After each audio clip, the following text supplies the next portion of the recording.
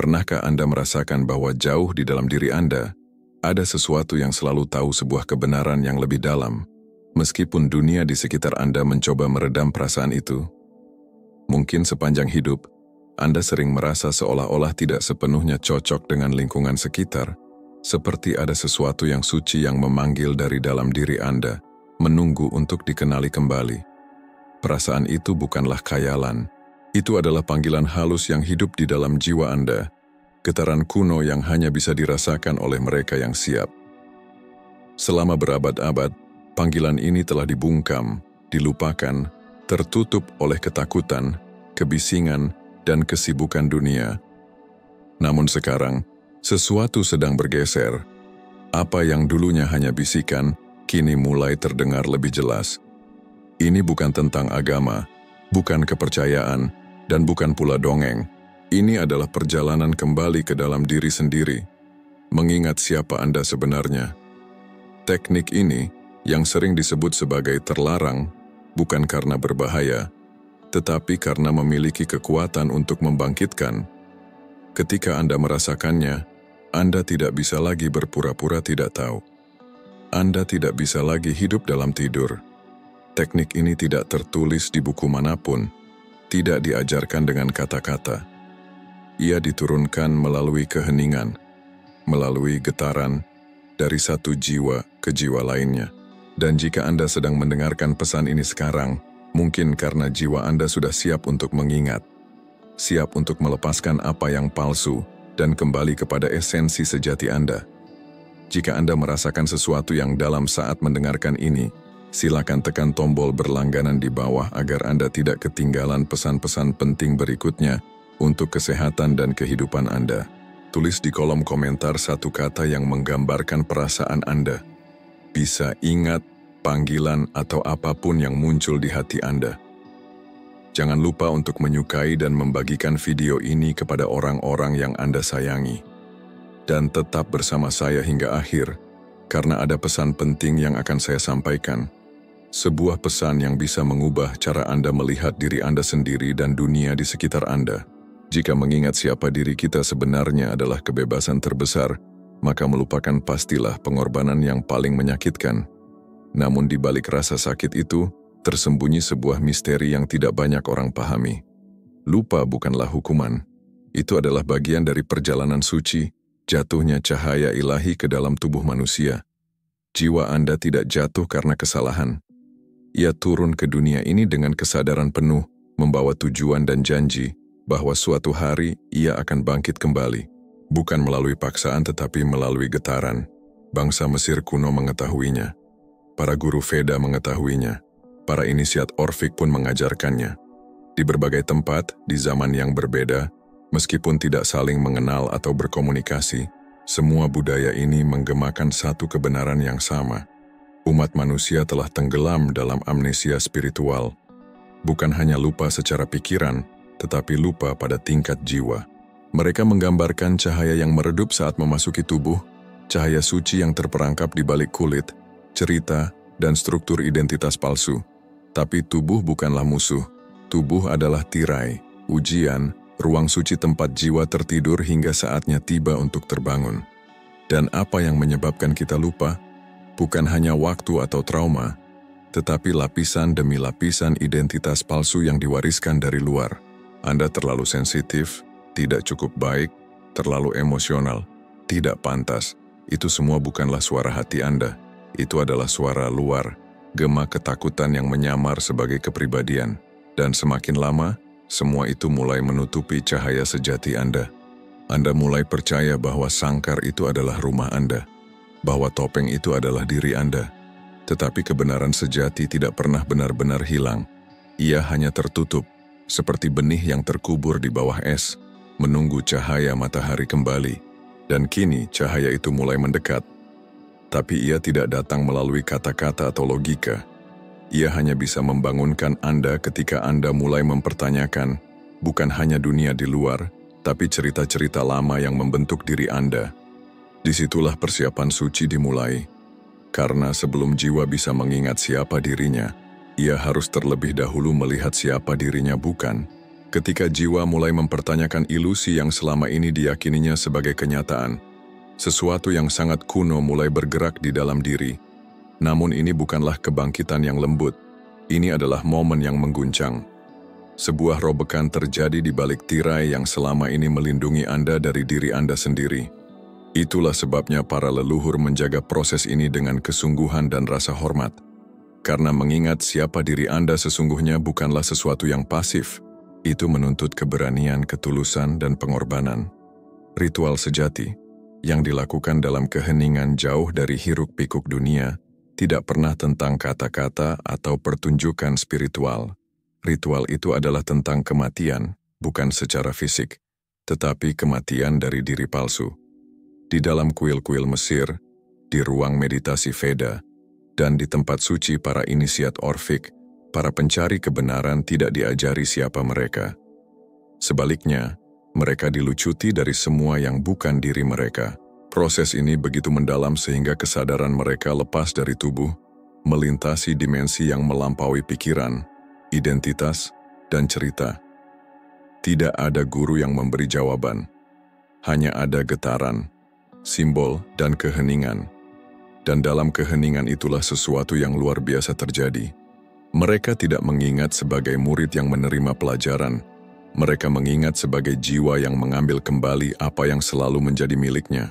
Namun tidak semua orang yang masuk ke proses ini kembali dalam keadaan utuh. Karena untuk melewati ambang itu, seseorang harus rela melepaskan kontrol. Ego harus siap untuk mati. Bagi mereka yang masih bergantung pada gambaran diri lama, proses ini bisa terasa seperti kehancuran. Beberapa kembali dengan kesadaran yang terbelah, terjebak antara dua dunia, tidak sepenuhnya hidup di salah satunya. TH sudah memperingatkan tentang ini. Ia tahu bahwa ego ketika dihadapkan pada kebenaran sejati, akan berusaha mengambil alih pengalaman itu, mengubah kebangkitan menjadi kesombongan, dan wawasan menjadi keunggulan palsu. Namun mereka yang benar-benar siap, tidak kembali sebagai pribadi yang lebih kuat, tetapi sebagai diri yang lebih nyata. Mereka tidak menjadi lebih tinggi, tetapi lebih kosong, lebih bebas. Karena setelah Anda merasakan kemurnian esensi diri, topeng-topeng tidak lagi terasa pas. Permainan dunia tidak lagi menarik, dan kebisingan menjadi tak tertahankan. Yang tersisa hanyalah keheningan, dan di dalamnya rumah. Di titik terdalam dari perjalanan jiwa, ada sesuatu yang lebih halus daripada pikiran, lebih dalam daripada emosi, dan lebih sunyi daripada suara. Ini bukanlah pemikiran atau penglihatan, melainkan sebuah getaran murni yang muncul dari inti keberadaan Anda. TH menyebutnya sebagai nama yang tak terlihat, bukan dalam arti kata, tapi sebagai frekuensi, sebagai gema yang telah beresonansi di dalam diri Anda sejak awal waktu. Nama ini tidak bisa diucapkan, tidak bisa ditulis, dan tidak bisa diajarkan. Itu bukan mantra atau doa. Itu adalah inti dari siapa Anda sebenarnya, identitas terdalam yang tidak berubah meski Anda telah memainkan berbagai peran dalam hidup ini. Nama ini tidak peduli dengan masa lalu Anda, tidak malu akan ketakutan Anda, dan tidak terpesona oleh pencapaian Anda. Ia hanya ada, diam, teguh, dan sepenuhnya milik Anda. Para guru kuno memahami bahwa nama ini tidak bisa dipaksa keluar. Ia hanya muncul ketika semua kebisingan di dalam telah menghilang. Saat Anda menjadi benar-benar diam, ketika Anda berhenti berusaha dan hanya membiarkan diri Anda menjadi, maka perlahan nama itu mulai bangkit, seperti melodi yang selama ini tertidur dalam dada Anda. Dan ketika nama itu mulai terdengar di dalam, semua hal yang bukan Anda mulai runtuh. Bukan karena Anda menolaknya, tetapi karena itu tak lagi terasa penting. Peran-peran yang dulu Anda mainkan tiba-tiba terasa sempit. Topeng-topeng yang pernah melindungi Anda kini tak lagi menempel. Jiwa mulai mengambil alih langkah Anda, dan ego yang dulu bersuara lantang mulai tenang. Tapi inilah paradoksnya, semakin Anda mencoba memahami atau menggenggam nama ini, semakin ia menjauh, karena ia tidak bisa dijangkau oleh pikiran. Ia hanya bisa dirasakan oleh kehadiran. Dan ketika Anda membiarkannya hadir, tanpa upaya, tanpa paksaan, getaran itu akan mulai mengisi ruang dalam diri Anda. Perlahan, Anda akan menyadari bahwa Anda tidak perlu lagi menjadi siapa-siapa. Anda hanya perlu menjadi diri Anda sendiri. Tapi ketika cahaya dari nama ini mulai bersinar, ia juga membawa serta bayangan yang selama ini tersembunyi. Karena cahaya sejati tidak hanya mengungkap keindahan jiwa, tetapi juga bagian-bagian yang pernah Anda sembunyikan agar bisa bertahan. Inilah saat yang menentukan, apakah Anda siap melihat semuanya?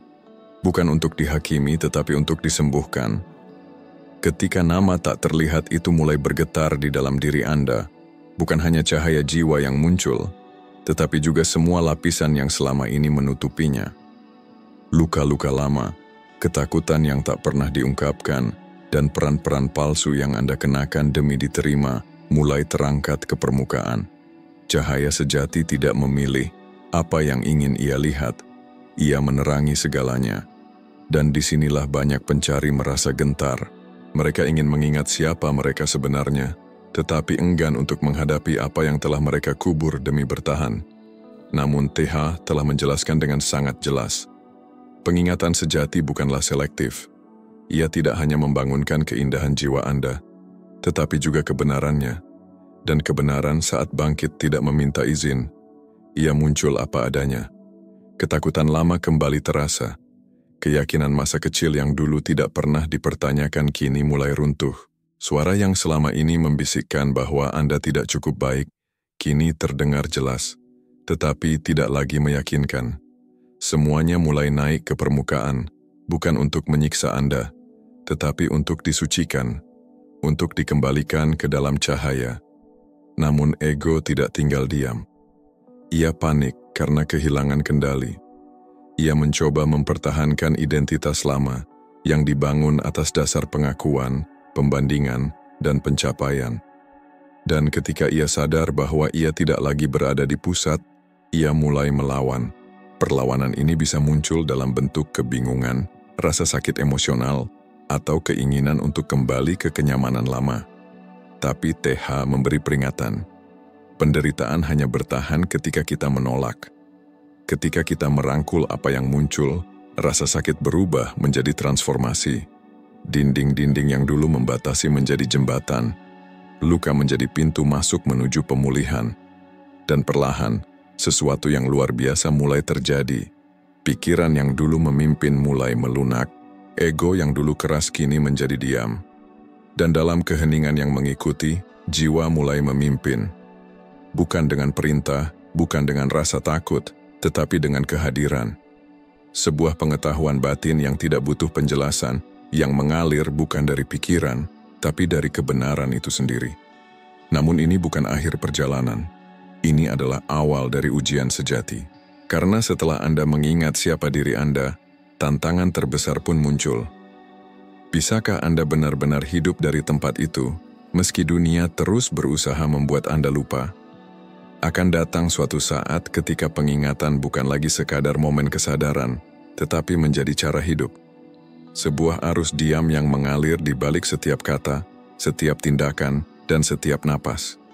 Anda tidak lagi sekadar mengunjungi jiwa Anda di saat-saat sunyi, tetapi hidup darinya. Dan disinilah perjalanan sejati dimulai, bukan kembali ke masa lalu atau tempat tertentu, melainkan kembali ke apa yang sebenarnya tidak pernah meninggalkan Anda. Sumber sejati keberadaan. TH menyebut ini sebagai langkah terakhir, yaitu pulang ke rumah. Tapi bukan rumah yang bisa ditemukan di peta, melainkan frekuensi yang Anda wujudkan dalam kehidupan sehari-hari. Di titik ini, pencarian pun berhenti, karena semua yang Anda cari di luar ternyata selalu menunggu di dalam. Namun hidup dari jiwa di dunia yang terus melupakan bukanlah hal yang mudah. Ini menuntut kewaspadaan suci, karena meskipun Anda berjalan dalam keadaan terjaga, dunia di sekitar masih tertidur. Meskipun cahaya Anda semakin bersinar, bayangan-bayangan tetap berkeliaran. Tapi justru itulah alasan Anda datang ke sini. Jiwa yang terbangun tidak mengasingkan diri dari kehidupan. Ia menyucikan kehidupan itu sendiri. Ia berjalan di tengah kekacauan dengan membawa kedamaian. Ia duduk dalam kebisingan dengan tetap tenang. Ia menghadapi perlawanan tetapi tidak lagi merasa takut. Kehadirannya menjadi revolusi diam, bukan melalui kata-kata yang keras tetapi melalui getaran yang nyata. Inilah yang dimaksud TH sebagai alkemis kesadaran. Bukan seseorang yang mengubah logam menjadi emas, tetapi seseorang yang mengubah gangguan menjadi kesadaran, rutinitas menjadi ritual, dan kehadiran menjadi kekuatan. Anda tidak perlu melarikan diri dari dunia untuk mengingat siapa Anda. Anda hanya perlu berhenti meninggalkan diri Anda sendiri di dalamnya. Karena rahasia terbesar bukan bagaimana cara terbangun, tetapi bagaimana cara tetap terjaga. Tetap setia pada kebenaran Anda di tengah dunia yang terus mencoba membuat Anda lupa. Untuk tetap memilih jiwa Anda daripada cerita lama yang Anda warisi. Untuk terus mengingat, bukan lewat buku atau keyakinan, tetapi lewat keheningan, kehadiran, dan pilihan-pilihan harian. Karena jiwa Anda tidak pernah hilang, ia hanya menunggu. Menunggu Anda cukup diam untuk mendengarnya. Menunggu Anda berhenti mengejar dan mulai mendengarkan. Menunggu Anda untuk kembali, bukan sebagai pencari, tetapi sebagai kebenaran itu sendiri. Anda bukan apa yang pernah terjadi pada Anda. Anda bukan pikiran-pikiran yang Anda warisi. Bahkan Anda bukan nama yang Anda jawab sepanjang hidup ini.